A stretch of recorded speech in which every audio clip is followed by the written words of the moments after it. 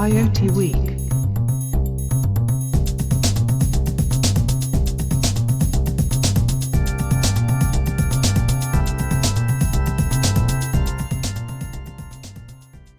Thank you very much, Pedro. Very welcome. Good afternoon all.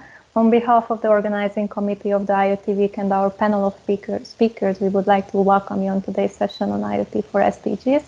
First of all, I would like to thank, welcome and introduce our panel of speakers, starting with Ms. Cristina Martinez, who is the head of Smart Mobility and Living at the DG Connect and the European Commission. She is also responsible for the enterprise interoperability, knowledge management and change management areas, and she helped launching the European Open Science Cloud. Cristina will be presenting the work of the European Commission and the European Green Deal, and thus answer the question what we can do for smart communities. Secondly, I would like to welcome and introduce Ms. Cristina Buetti, who is the focal point on environmental and smart sustainable cities at the International Telecommunications Union. Cristina also serves as a counselor at the ITUT Study Group 20 on Internet of Things and Smart Cities and Communities. Cristina will be presenting the role of SDGs in digital transformation, as well as the importance of standards and the related challenges. Thirdly, I would like to welcome and introduce my colleague, Ms. Anna Brekin, who is a project manager and researcher at Manat International and a multidisciplinary specialist in the field of international relations, business management and environmental sciences. Anna, because of her role in different research projects, she will be presenting the SDG 6 steps methodology for a user-friendly implementation and verification of SDGs in different research projects. And last but not least, I would like to welcome and introduce Mr. David Johnson, who is the coordinator of the Digital Transformation Task Force at the United Nations Environment Programme. In his capacity, he is responsible for developing new digital transformation strategy and serves as a focal point in the Coalition for Digital Environmental Sustainability. David will be talking about the relationship between climate change, SDGs, and digital transformation. A little bit about our session today. As we know, Internet of Things has the potential to not only address different human, economic, and environmental needs, but can directly contribute to SDGs. 4 years ago, on the 7th IoT Week, the IoT research and industry community, together with the International Telecommunications Union, signed the International Declaration on Internet of Things for Sustainable Development, where they expressed their support for researching, developing, and leveraging on IoT technologies for sustainable development.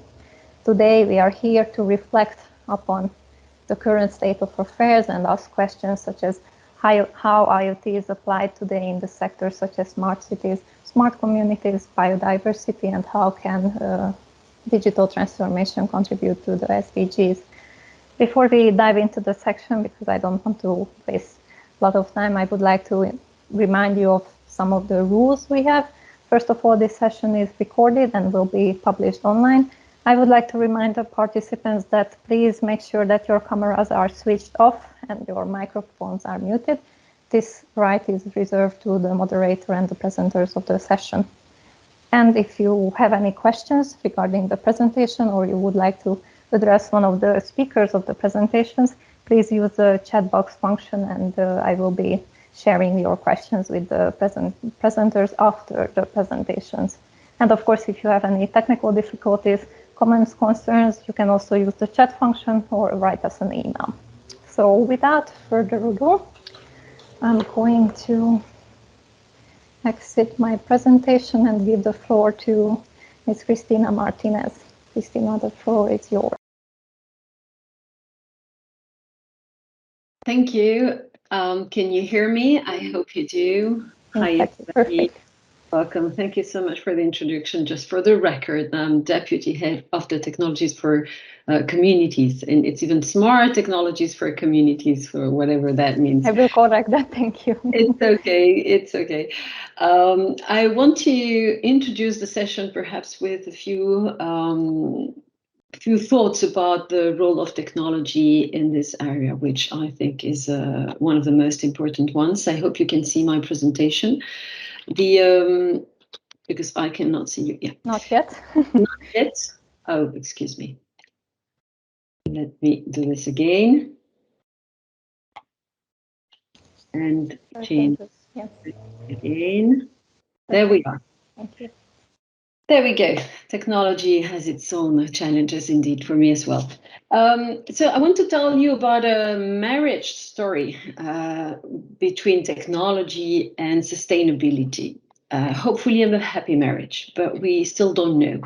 The idea basically is that we think that technology, digital in general, and now the promising AI potentially can change our relationship to the sustainable development goals. And we think that we will be able to prevent, to adapt, to create a new world that will be indeed catering for everybody's needs and ensuring that everyone has access to the basic services, facilities, and owns the rights they deserve. This is perhaps not so easy indeed. As we can see from the latest events, climate change is actually, for instance, just to name one SDG, is actually challenging our assumption that technology or science can predict and can help us to adapt to anything. So there will be always, a kind of a delay between our capacity to adapt to what's coming and the solutions that we can propose. But my question is, nevertheless, do you think that digital could have done something for the events such as the ones that you can see in the picture? We had extremely dangerous floodings this year in the summer in Germany, Belgium, Luxembourg. There was a heat wave in Canada. There were lots of fires in the Mediterranean region. And all that was perhaps a little bit anticipated. But the question is, was it preventable, and what could technology do for this kind of event? A bit of a context, as I'm the first speaker, I need to perhaps remind everyone that the last IPCC report wasn't positive or optimistic about our capacity to address the climate targets that were defined by the Conference of Parties in Paris 4 years ago, I believe. We are now indeed in a scenario that is a little bit less optimistic. They talk about an increase of 2 degrees above the pre-industrial levels, and 2 degrees provided that we're still meeting the expectations and the targets that were declined by every country. So there is a lot of conditionality in our capacity to address those issues. And that's why I believe that in terms of addressing sustainable development goals, perhaps they're not all as pressing as SDG number 13, addressing climate change, or the environmental SDGs such as number 6, 7, etc. So everything that has to do with our capacity to preserve the ecosystem from which we derive the resources, the natural resources, and the ambient criteria that allow a good life for everyone. So the basically the message is very clear, and the policy message is that we all need to work on the solutions now, that we need a systemic transformation, and that this transformation will not happen if all the sectors work together.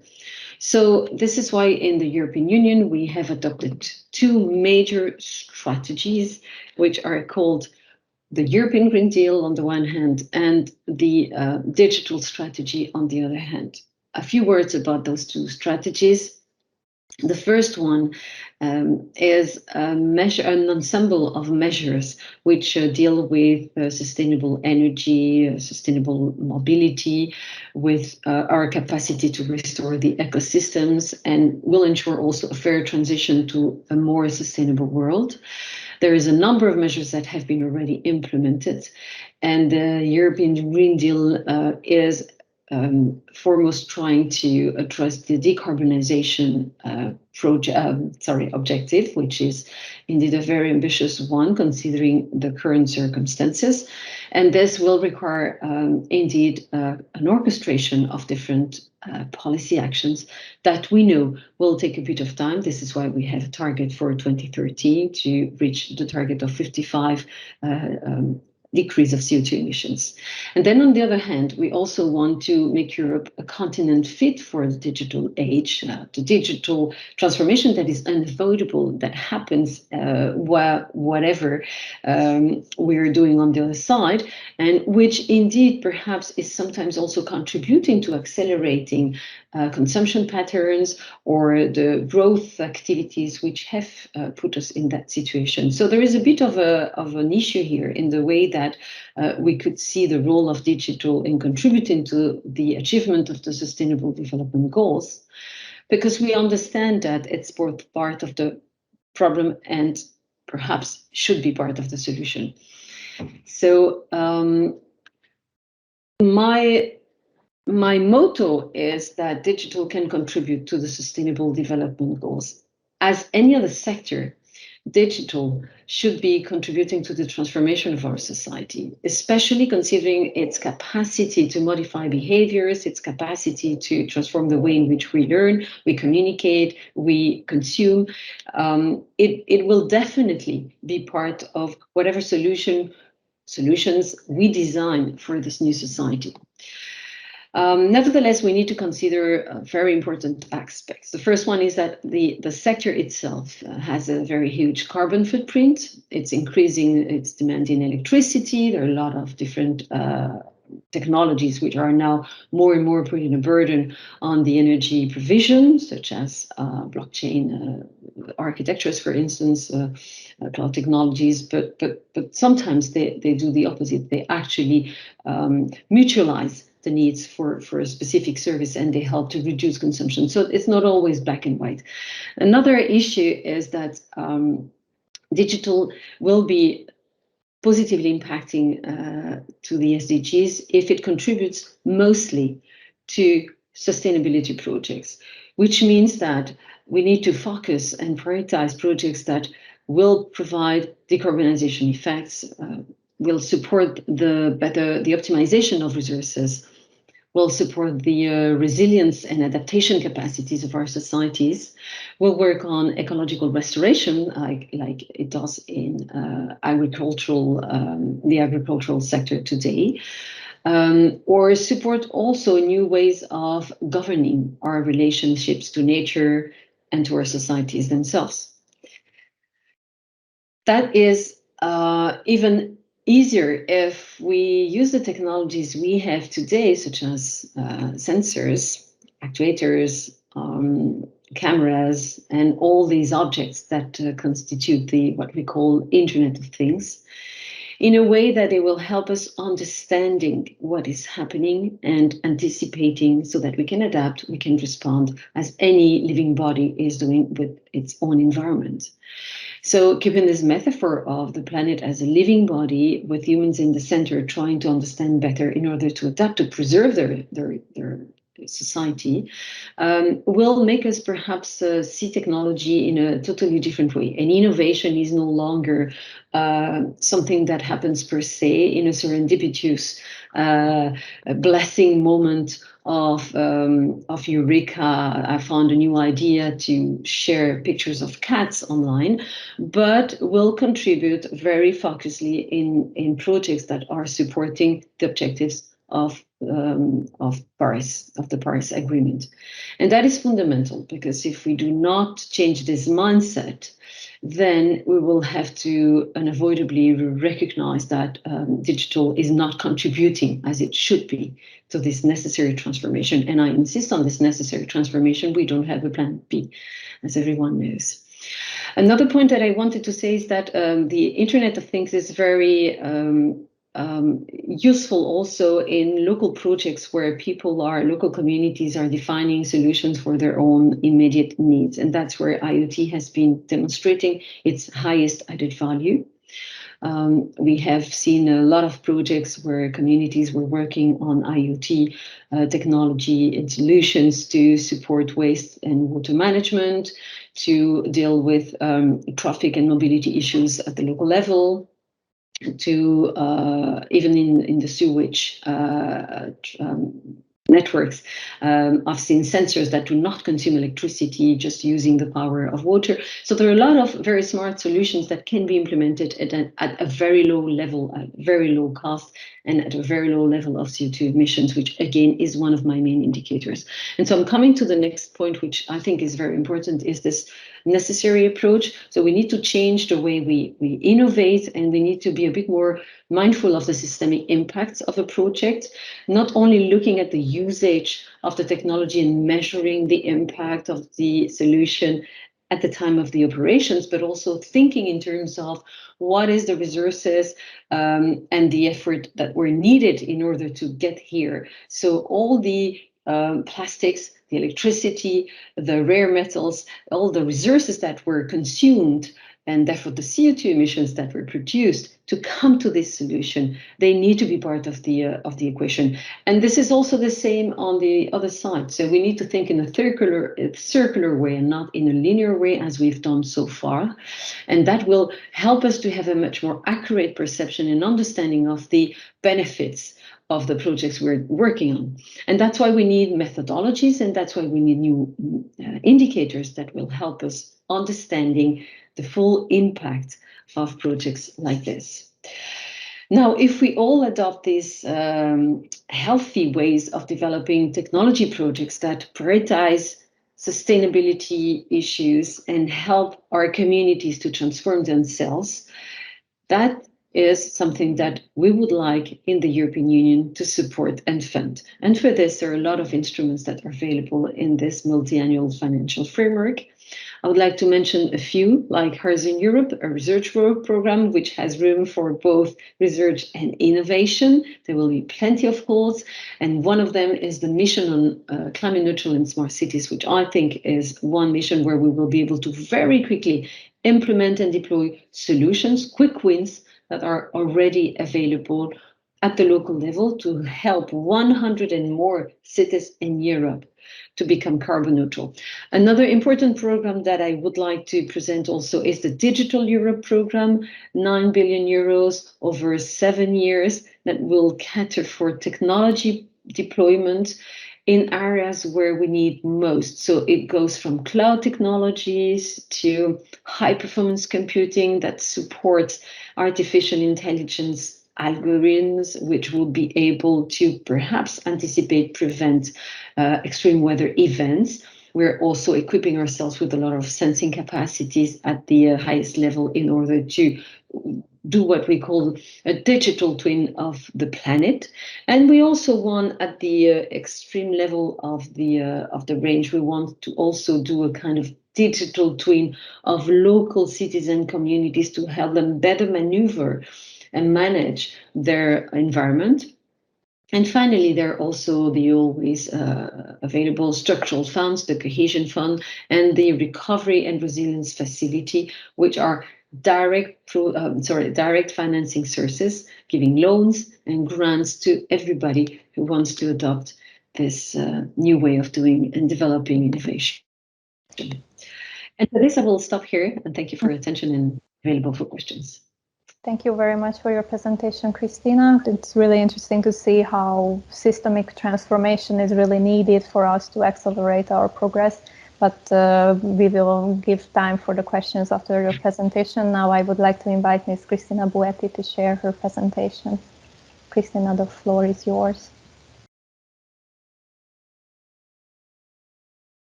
So good day to all of you. I hope that my screen is visible. So thank you, Renata, for the introduction. And thank you also to Christina for setting the scenes before I speak. So building on what Christina just mentioned and actually the information that she shared with us, I would like actually to bring one level up to the discussion and mention to you briefly about digital transformation and the role of Internet of Things in this process. So we know that certainly digital transformation continues to be one of the most potent forces in reshaping our society. And we certainly know that digital technologies are playing an increasing role in accelerating the development of many sectors. So, for example, transportation, healthcare, manufacturing, biodiversity, just to name a few. So we see that in that we need to understand that IoT is only one part of this new digital ecosystem that we are creating. And really, digital transformations represents a convergence of technologies. But I really would like to emphasize also the need to talk about sustainable digital transformation. So really the need to combine, on one side, digital technologies combined with sustainability. And that means that IoT needs to be combined with other technologies to have its full potential realized, bearing in mind sustainability principles. So if we look at sustainable development goals, we can see that certainly IoT can be used to achieve sustainable development goals in various ways. For example, from the U4SSC report on accelerating city transformation using frontier technologies, we have seen that IoTs are being deployed to monitor energy consumptions of buildings. As you know, buildings represent over 40% of global energy consumption. IoT-based intelligent systems are monitoring buildings in real time, including heating, ventilation, air conditioning systems, and certainly using algorithms to identify and analyze suspected issues and including maintenance problems. Now, this directly connects to SDG 7 on affordable and clean energy, as well as on Sustainable Development Goal 13 on climate action. Now, as you can imagine, that could be many other examples that we can do, and I have no doubt that all of you can suggest many more cases where IoT can be used to progress the Sustainable Development Goals. However, what I think it is also important is really to look at IoT challenges, especially when it comes to digital transformation. And one of the challenges that we have seen that is certainly key is the interoperability challenge. So the interoperability is perhaps the most important factors in determining the effectiveness of Internet of Things. Effective data transfer depends on IoT architecture, systems, devices being able really to communicate with one another. And based on our experience, especially working with many cities and different city stakeholders, obtaining quality and interoperability data is still one of the most common challenges that we're facing.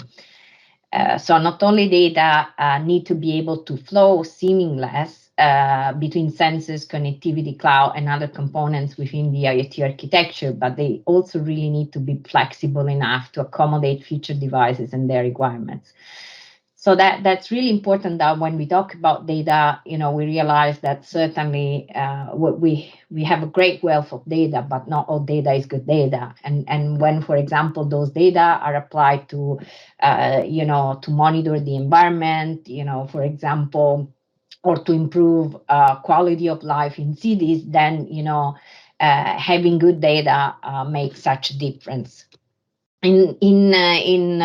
Certainly in all this landscape, international standards can play an important role in especially tackling the interoperability challenge. And IoT and actually the ITU, which is the oldest United Nations specialized agency responsible for ICT, is working through its ITT Study Group 20 to develop international standards, but also, for example, to carry out specific research and raise awareness, including developing acting collaboration with different partners. Now, just to mention that, very recently, together with the colleagues from Monday International that have led the organization of this IoT week, we developed actually specifically a supplement on IoT and also artificial intelligence for the Sustainable Development Goals, and that's really part of the work that it is being done in Study Group 20, along with a series of standards, for example, on open data in smart cities, or on open API for IoT data in smart cities and communities, which certainly are some of the key instruments that can be used by cities and also definitely by countries to address these issues. Now, it is also worth noting that all our standards, are developed based on the contribution received from our members through an inclusive, transparent, and participatory process. And our standards are really developed with the Sustainable Development Goals in mind. That is also some of the work that has been done. Not only by ITU, but there is also a significant work that is being carried out at the UN level with the other 16 UN partners that work together with ITU in the framework of the United for Smart Sustainable City initiative. And this initiative is an open platform where actually we have been developing a series of reports and guidelines, including actually on IoT for SDGs. And the platform is really open to all, and I really encourage you actually to come and join us and help us actually to develop future reports. For now, we are actually working, for example, on a report on AI and IoT in principles in cities. And another, issue that certainly it is worth mentioning is that when we talk about IoT and also digital technologies in cities, we have also to look at, how the impact of those technologies can be measured. And in that respect, we have developed actually a methodology, so a specific set of key performance indicators, which have been implemented in over 150 cities worldwide. So shown on the screen, you see an example of one of the snapshots that gives you really a sort of overview. And as you can see, the principle that we have been following are that the indicators are actually built around sustainability principles, along with key component on environment, economy, society, and culture. Last but not least, I would like to take an opportunity also to invite all of you to attend the next webinar that will be taking place on the 8th of September, so just next week, specifically on accelerating the path to the city's digital transformation, and also to share with you that ITU, together with many partners, is organizing a series of digital transformation for cities and communities webinars that will take place from September to December, and we welcome all of you to contribute also to these discussions. So with that, thank you, Renata, and thank you so much also to all the colleagues, Pedro, Anna, and Sebastian, for organizing the IoT Week. Thank you. Thank you very much, Christina, for this insightful presentation. I think we can all agree that the standards are really important, even though they are not the most discussed topics. But without further ado, now I would like to give the floor to my colleague Anna Brekin for her presentation. So Anna, you have the floor. Can you see my screen? Yes. Welcome everyone to this next presentation, which I would like to introduce to you the IM for SDG methodology, which has been developed in the course of a project called NIADAS Age 2020 under the European Commission framework, and which seeks to really develop a methodology to tackle the Sustainable Development Goals. So as you know, we have 17 Sustainable Development Goals that have been developed by the United Nations framework that focus on different aspects, whether environmental, societal, economic, And each of them are also declined in different targets that needs to be also reached by 2030. And in this context, we have developed the IAM for SDG methodology, which is an impact assessment for the SDGs, which is providing a user-friendly and easily implementable methodology to align any project, including research projects, pilots, public infrastructure, and private investments, with the 17 SDGs. So how does it work? It has a very dual approach. First, it seeks to identify and mitigate potential risks and negative impacts of the assessed project on the 17 SDGs. And it also identifies and leverages potential of the project to maximize its positive impact. So why should you use the IAM for SDG methodology? Well, it has very similar benefits to environmental impact assessment. However, it has two other advantages. It considers the whole set of SDGs, and it also considers the project from the negative and the positive side. So both the negative risks and positive impacts are considered while analyzing it. Who should implement it? Well, technically any actor can implement it whenever you're starting a new project. So it can be going for researchers, policymakers, project evaluators, and the scientific community, and project managers. So how do you start? Well, first of all, you really need to clearly determine the scope of the project and know exactly what you're talking about and what you're going to do. And second of all, appoint a Sustainable Development Officer, which we're going to be referring as SDO, and who is going to be responsible for leading the whole IAM for SDG process. The methodology consists of 6 steps that I'm going to present one by one in the following slides. Step 1 is about the identification of risks and opportunities.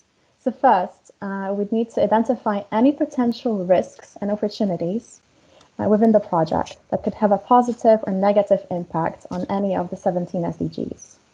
So when we are considering risks and opportunities, we really need to consider the whole set of the SDGs and how any of the actions within the project could have a positive or negative impact on each of the SDGs. And next, we need to identify, well, the risks and opportunities. Here we have the table that we're going to be using for this. And concretely, what we're going to do is filling in the 2 following sections. As you can see, we have the SDGs listed on the left, and the user needs to fill in concretely the negative impacts or risks and the opportunities or positive impacts they can already evaluate beforehand or during the project. Step consists in qualifying the risks and opportunities. And this can be done by determining the parameters, such as the likelihood, the impact, and the effort required. So the risks can be assessed in terms of likelihood and impact, and the opportunities can be assessed in terms of impact and effort required specifically. Once we have those parameters, we can then measure their level, going from small, medium to large, and determining whether an impact is going to have a small impact on the SDGs, whether it's going to have a medium likelihood on an SDG, or is it going to require a large effort to implement, for example. So concretely, going back to the first table I presented, we are back filling in the following cells in which we basically put a cross in the identified cells from small to medium large and assess the impact, likelihood, and effort required. Next, we have the step 3, which consists in determining the priority levels. So once we have the previous information, we can qualify the parameters and use following matrices to determine the priority level. As you can see, these matrices are different for risks and for opportunities. And for example, in the terms of risks, an impact that is large and likelihood that is large is assessed as a high priority, priority 1 importance. Inversely, opportunities are also measured in a similar way. For example, a large impact that requires a small opportunity is a high priority level, because at the end of the day, it's a good idea to invest efforts into something that delivers a good impact on the society and the sustainable development goals and requires small effort.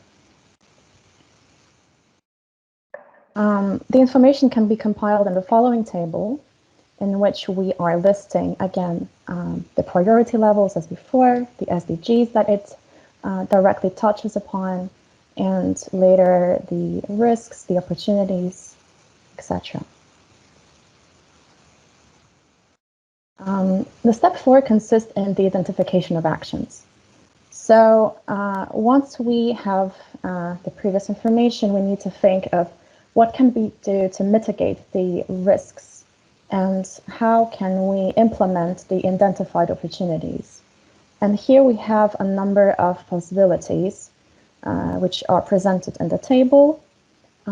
Each of them is a source of inspiration. Of course, it's not an exhaustive list of what can be done to mitigate a specific risk, but it can guide the process of the user in identifying specific actions.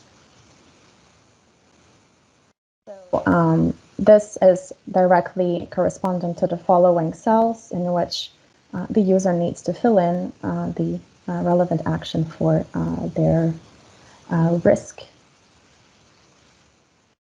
Step 5 consists in formalizing the action plan.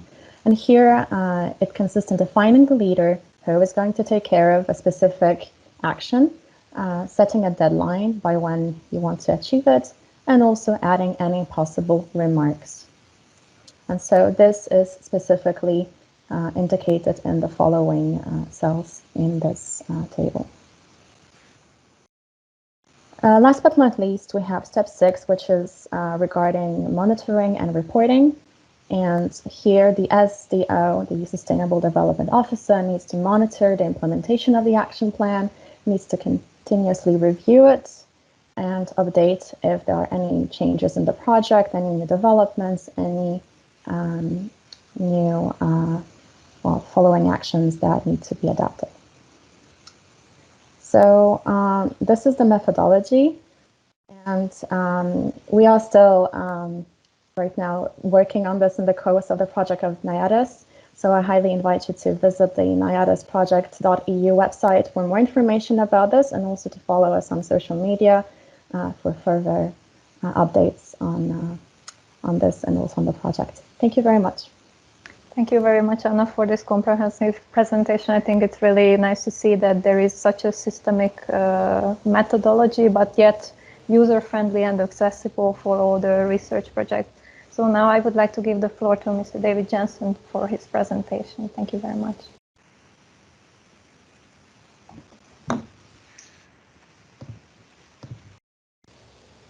Great, thank you so much. Can I just get a confirmation you can see my screen? Yes, we can see your screen. Thank you. Fantastic. So thank you very much. I'm going to pick up on a few of the points that Christina made, but I'm then going to dip down into a very practical application I'd like to just put on the table. So I think we've already covered the idea that we have these sort of two major trends sweeping the planet. On the one hand, we've got the triple planetary crisis. Our life support system is in peril, and we have to solve three major challenges: climate change, nature loss, and pollution risks. And at the same time, we have the Sustainable Development Goals that have been adopted, where we're trying to now balance, people, planet, prosperity, and peace. And so how do we achieve both of these in parallel? The latest scientific assessments basically give us less than 10 years to solve the crisis while also achieving the SDGs, which is obviously not a lot of time. Now, if you look at this question of time, how have we been actually tracking in the last 50 years, right? Have we been able to successfully tackle many of these issues in the past, and what can we learn going forward? Well, if you actually look at the number of global environmental agreements we've signed, we're somewhere around 500. Okay, in the last 50 years, we've signed 500 agreements. But what's the implementation rate of those agreements? If you look at about 90 of the key targets, we're really only seeing significant progress in around 4. So we have sort of a governance crisis on the one hand. If you look at the SDGs on the other hand, there are 92 environmental indicators in the SDG framework. And at the moment, we're not even collecting global data to monitor about 58% of them.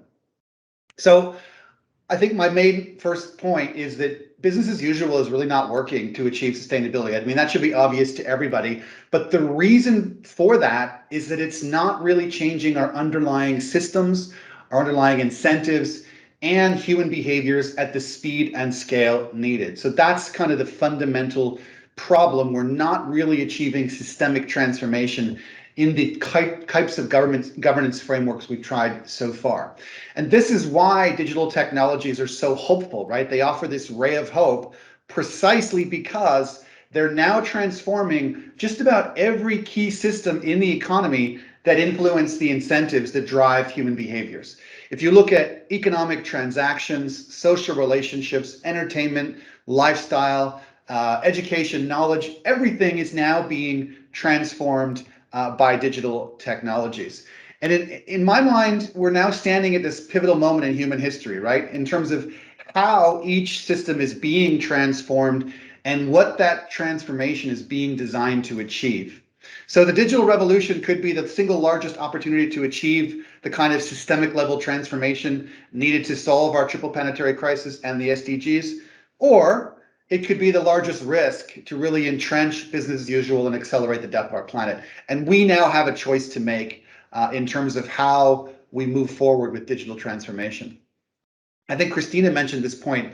IoT is one of those pivotal technologies that really helps to connect and federate data and technologies into this digital ecosystem for the planet. So it brings everything together and helps it interoperate, helps data being shared, and really gives us kind of that connective tissue between all these digital technologies. And now, as I said, we have this kind of choice, right? We can potentially use these unprecedented capabilities to take forward, massive transparency in terms of how natural resources are being used. We can drive a circular economy. We can create new economic incentives that are aligned to profit people and planet. We can catalyze open innovation, and we can really, hopefully, automate sustainability with digital technologies.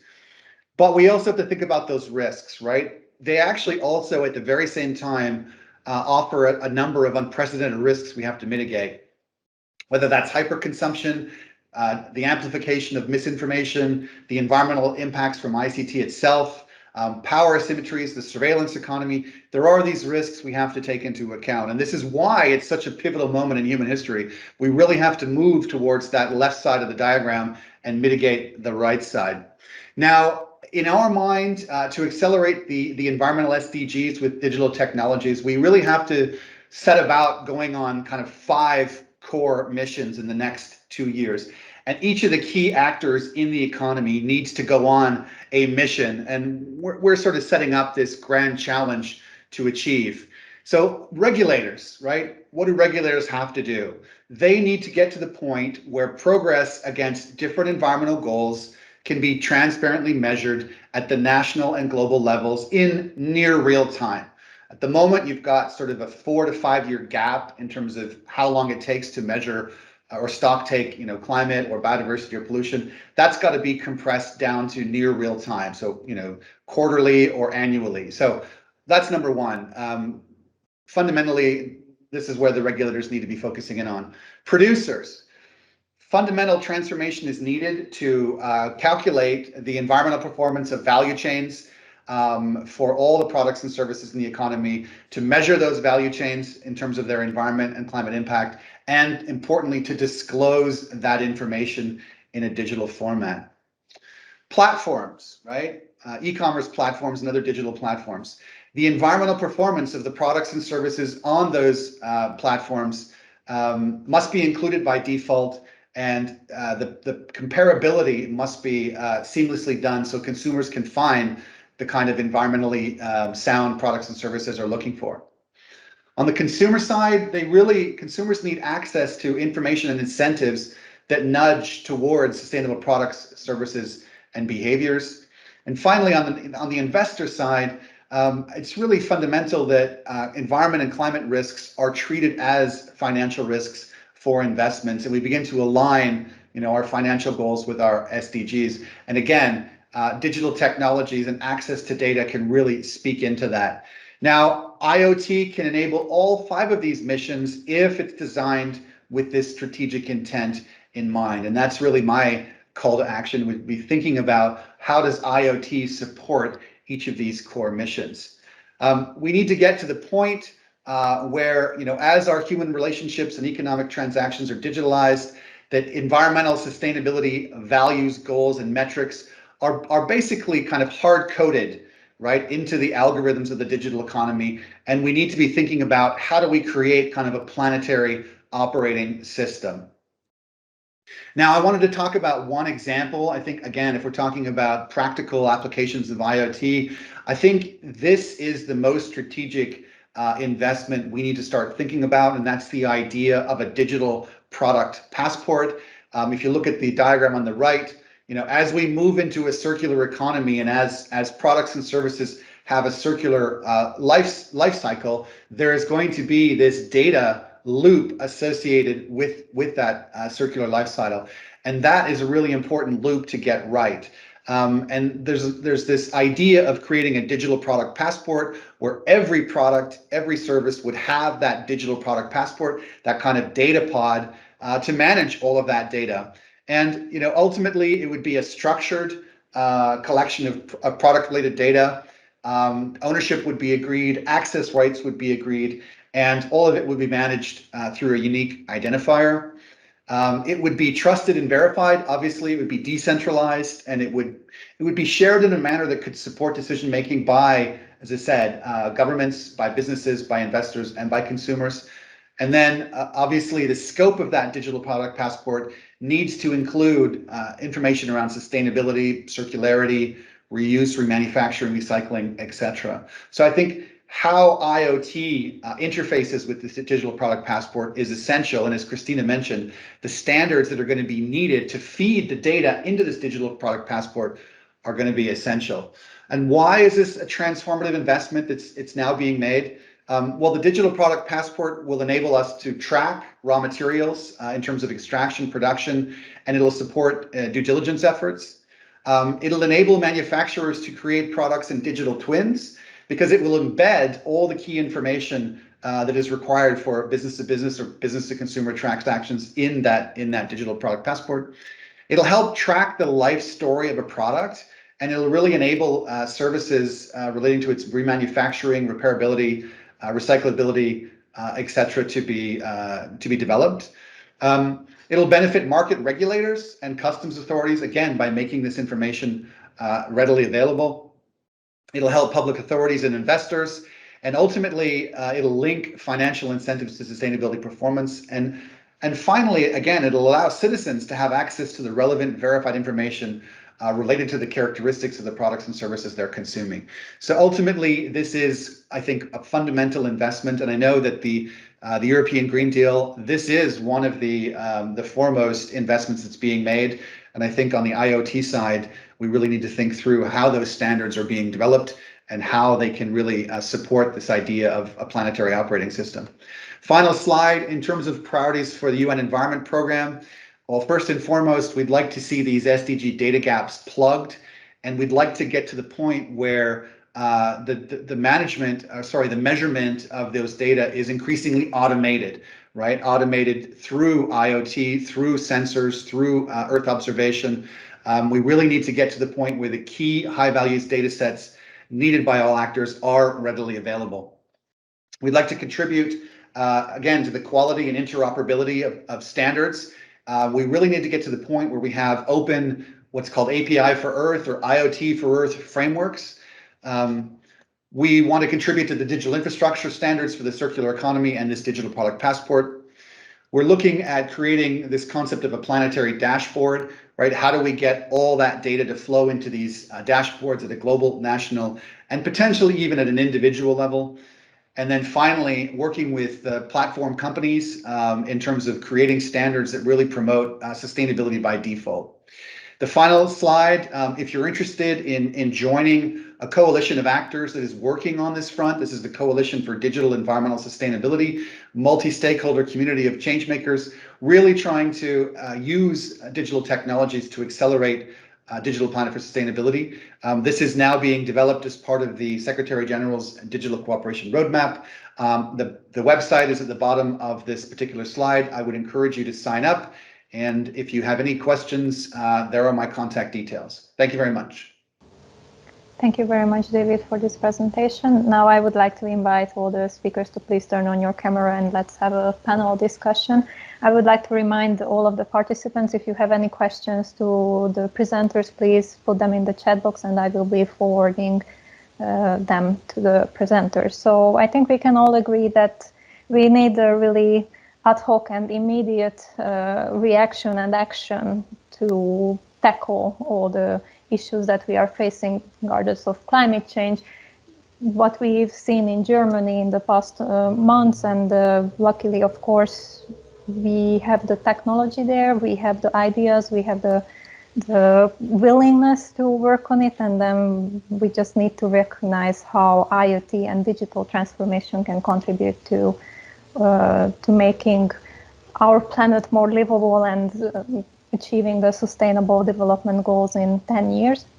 I actually had a similar question to both Christina's actually. So first of all, to Cristina Boetti, what do you think how we could encourage the contributors of the ITU to make more contributions, make more standards, make them available, and let's sit down and work?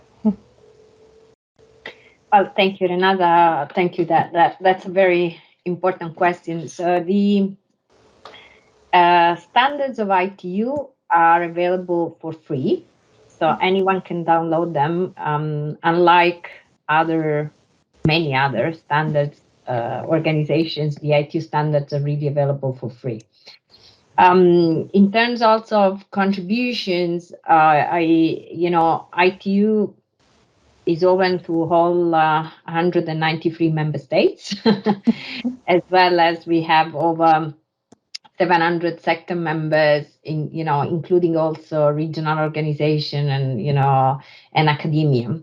So that's really a great opportunity where, in general, experts can, I would say, influence directly the work.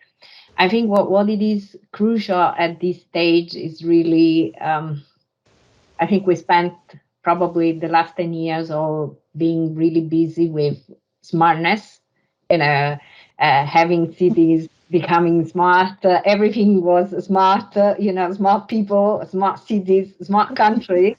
And some of these actors, in a way, they got so excited that now their cities are really smart, but they realized that they need to take a step back and they need to think about also the environment. So in ITU, we have been pretty consistent in, combining smart, sustainable together, as we see it really as a sort of, as Christina mentioned, a perfect marriage between having this, these two elements together, and those two elements influence actually our standards. So we always actually encourage contributors, but also I would say when the standard is really being developed, to ensure that environmental aspects are not neglected. And that's a sort of by default, I would say, activity. I'd like also to mention briefly that ITU, as a UN agency, has taken a really very bold commitment in terms of its membership. So, through its Connect 2030 agenda. So we have a series of sustainability goals that have been embraced on e-waste, but also on the reduction of GHG emissions, especially for the ICT sector. So there's certainly a sort of, I would say, awareness and recognition that, the environmental component needs to be, considered. Thank you. Thank you. It's really great to see that, of course, there is already an awareness, and I think all of the organizations will really working towards raising the awareness. But of course, now we have to enter the action part. So on similar note, Christina Martinez, so of course the European Commission has all these opportunities for research projects and research funding, but I believe it's sometimes not. How would you envision their dissemination so that they can reach more people? Because I think sometimes it's difficult to see all these different research projects and opportunities. You might know yourself what are the issues that we face as a planet, and then as we face as a European Union, but how would you envision the dissemination? Well, that's a difficult question to answer, actually. It has always been an issue to transfer knowledge from science to the public. It's one of the biggest challenges we have, and it's reinforced by the actual atmosphere of disinformation and the echo chambers that the internet and the social networks have created. So to be totally honest, it's not easy. We are promoting our results across a number of different measures, and this kind of event is just one of them. I think that perhaps a way to move to this action that we are all agreeing is necessary would be to work on solutions that are, let's say, led by people that are educated in the kind of methodologies that were presented today. So I don't think we should put the burden on the public. I think we should be responsible for our own work. A change of mindset is necessary, as David said, in every actor of the society, and we all have a role to play in there. And so from a public policy perspective, I think our role is to ensuring and design our policies more and more according to the SDGs, but also to the principles of not harming what we're doing on the one side with the other side. And that's a very, very difficult thing to do because we are not always mindful, or we do not understanding actually the systemic impact. We are really dealing with complex issues in the end. And this was true 30 years ago, and it will be true in 20 years. I mean, you always have to balance a number of competing interests. And this time, those competing interests could very well be perceived as sustainability against the rest of the economy. Actually, I say it's the opposite. I think that there will be no sustainable economy without the natural capital being preserved. And so there is a full mindset change. There is a full revision of our economic paradigms. And there is an understanding actually of the physical limits that we are surrounded by in order to redesign that magnificent society that would be operating in a smart way as David is proposing. And so going back to the fundamentals requires a lot of conversations, requires a lot of not only declaration signed, but also trial and error projects where we expect perhaps this result and we get something else. I mean, we will have to do collectively, but we will have to fail. We will have to redo it again. I don't think there will be one scenario that will lead us to that perfect horizon of minus under 2 degrees of increase. So thinking in terms of budget, we have a CO2 budget that is limited. We will have to make choices. Where am I going to spend this CO2 budget for? Is it for sending cats pictures online, or is it to have a better sewage system? I mean, no, but really, these are the kind of questions we're all confronted with every day. And I don't make the perfect choices either. So it's going to be very complex, And so that's why I agree with David. You will need all these measures at the same meantime, you will need policy measures, you will need dissemination and education, as you said, you will need also perhaps also financial measures, positive and negative, by the way, incentives, and nudging, of course, and so on and so forth. So for me, digital will do nothing more than making concrete these reflections and these measures that we still need to design together, because they're not there yet, actually. And the real conversations about the future of economy, of our society, the relationship with nature and the relationship with the rest of the humankind is not yet at the heart of the discussion. So, I mean, this is really work in progress, and I hope that the 10 years we have, if we have these 10 years, will be sufficient to have those conversations. But I don't have a recipe, we will have to.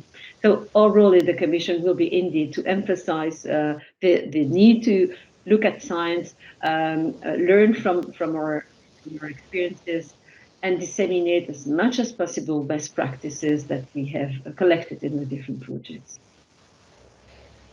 Thank you very much. I think we received a really relevant comment from Ibanez Rodriguez that smart cities, smart buildings, smart grid, smart TV, smart cards, smart tech. It is only missing the smart consumers. And then, of course, David, related to that we really need to automate sustainability consumption. And I think we can all agree that we really need a top-down approach, making sure that everything that we define as a goal we can achieve, because sometimes as the consumers, even though if they are smart, there might not be the same level of incentive, because you can sit down as a consumer and then blame someone else that, okay, this company is not doing something, or my city doesn't care about selective waste management, so why should I care?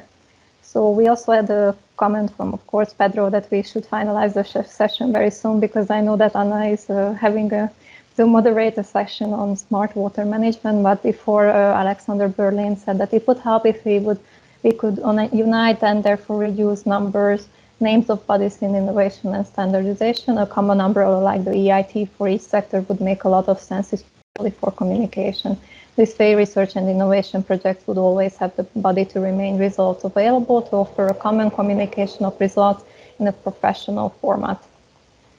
So I think, yes, we need to look at the global budget for marketing non-sustainable goods, exactly 600 billion per year. Of course, we have all these nice organizations, and then we have the different standardization bodies. Of course, the ITU, with the difference that actually making the standards available for free. That's a really great initiative, because you have great standards that we all heard about, but we actually, even as a person, as a regular consumer, you don't have the means to actually access them and read them and learn about them. It's not sustainable, it's smart, exactly. So I don't know if you have any questions. Of course, I don't want to run out of time, because we are already running a little bit of late.